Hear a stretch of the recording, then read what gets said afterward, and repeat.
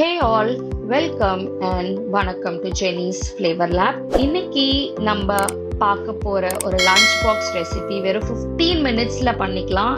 ஒரு தொக்கு பண்ண போறோம், கொத்தமல்லி தொக்கு. இந்த தொக்கு எப்படி பண்றதுன்னு பார்க்கலாம். அந்த தொக்குக்கு ஒரு பேசிக்கான ஒரு 2 இன்கிரீடியன்ட்ஸ் தேவை. அந்த பொடி பண்றதுக்கு ஒரு பேன்ல எண்ணெய் எதுவும் போடாம 1 ஸ்பூன் கடுகு, 1 ஸ்பூன் வெந்தயத்தை ரொம்ப லோ ஃப்ளேம்ல வச்சு நல்லா சாட் பண்ணிக்கோங்க. இது ரொம்ப லோ ஃப்ளேம்ல தான் நீங்க பண்ணணும். ஏன்னா ஹை ஃப்ளேம்ல வச்சிங்கனாலும் இல்லை மீடியம் ஃப்ளேம்ல வச்சிங்கனாலும் சீக்கிரமா வெந்தயம் கருகி போயிடும். அதனால ரொம்ப ஸ்லோ ஃப்ளேம்ல வச்சு கடுகையும் வெந்தயத்தையும் சாட் பண்ணிக்கோங்க.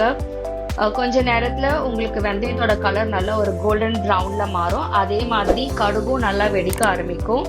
ஸோ இந்த டைம்ல நீங்க ஆஃப் பண்ணிட்டு ஒரு பவுடர் மாதிரி பண்ணி வச்சுக்கோங்க. அதுக்கப்புறமா நம்ம ஒரு பேன்ல எண்ணெய் போட்டுட்டு 2 ஸ்பூன் எண்ணெய் போட்டுக்கோங்க. எண்ணெய் போட்டுட்டு ஒரு கட்டு கொத்தமல்லி எடுத்திருக்கேன். அந்த கொத்தமல்லியை நல்லா கிளீன் பண்ணிட்டு சாப் பண்ணிட்டு ஒரு 2 நிமிஷம் பச்சை வாசனை போற வரைக்கும் ஒரு நல்லா வதக்கிக்கோங்க. வதக்கினதுக்கு அப்புறமா நல்லா ஒரு கிளறுங்க, வதங்கிடும். வதங்கினதுக்கு அப்புறமா அது கூட 1 ஸ்பூன் மிளகா பொடி எடுத்திருக்கேன், தனி மிளகா பொடி. இந்த காரம் உங்களுக்கு வேணும்னாக்க நீங்க 2 ஸ்பூன் கூட யூஸ் பண்ணிக்கலாம். நான் 1 ஸ்பூன் மிளகா பொடி எடுத்திருக்கேன். அது கூட இந்த அரைச்சி வச்சிருக்கிற இந்த வெந்தயமும் கடுகு பொடியும் சேர்த்துக்கணும். அதையும் கிரைண்ட் பண்ணி இதில் சேர்த்துக்கோங்க.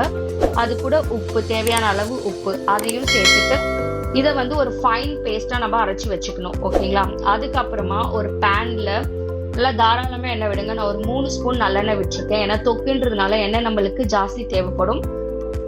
எண்ணெய் எடுத்துக்கோங்க. அது கூட கடுகு சேர்த்துக்கோங்க. கடுகு, ஜீரகம் இது நல்லா பொரிஞ்சு வரணும். லோ ஃப்ளேம்லேயே வச்சுக்கோங்க எல்லாமே. அதுக்கப்புறமா நான் ஒரு 2 பெரிய பூண்டு எடுத்திருக்கேன். ஏன்னா எந்த அளவுக்கு நம்ம பூண்டு இதில் சேர்க்குறோமோ உடம்புக்கும் நல்லது. இந்த தொக்குக்கு இந்த டேஸ்டோட சூப்பராக இருக்கும். ஓகேங்களா? தொக்கோட சேர்த்து அந்த சாப்பிடும் போது அந்த பூண்டோட டெக்ஸ்சருமே நல்லா இருக்கும். ஸோ 2 பூண்டு எடுத்திருக்கேன். அந்த பூண்டையும் நல்லா வதக்கிக்கோங்க.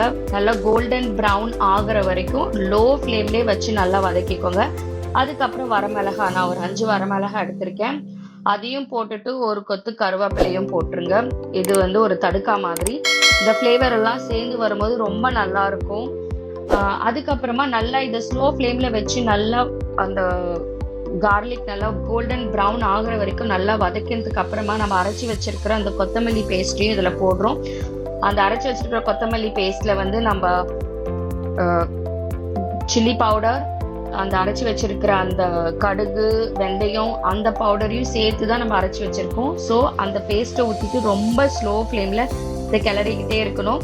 அதுக்கப்புறம் புளி ஊற்றிக்கோங்க. உங்களுக்கு தேவையான அளவு புளி, அந்த டேங்கினஸ்க்காக நம்மளுக்கு புளி ஆட் பண்ணுறோம். இது எல்லாமே சேர்த்து லோ ஃப்ளேம்ல வச்சு நல்லா கிளறுங்க. ஹை ஃப்ளேம்ல வைக்காதீங்க, ஏன்னா கொதிக்கும் போது மேலே தெரிக்கும். இப்போ பாருங்க, எண்ணெய் நல்லா பிரிஞ்சு வரும். ஸ்லோ ஃப்ளேம்லேயே வச்சு நல்லா கிளறிட்டே இருங்க. இப்போ பாருங்க, எண்ணெய் நல்லா பிரிஞ்சு வந்துருச்சு. வந்த உடனே நீங்க என்ன பண்ணுங்க, ஆஃப் பண்ணிடலாம். ரொம்ப நேரம் கொதிக்க வைக்க வேணாம். எண்ணெய் நல்லா பிரிஞ்சு வந்திருக்கு. இப்போ நம்ம தொக்கு ரெடி ஆயிடுச்சு. சுட சுட சாதத்து கூட போட்டு சாப்பிட்டு பாருங்க, ரொம்ப டேஸ்டா இருக்கும். அது கூட வத்தல் இல்லை பப்பட் சைட் டிஷ் வச்சு சாப்பிட்டு பாருங்க, ரொம்ப அருமையா இருக்கும்.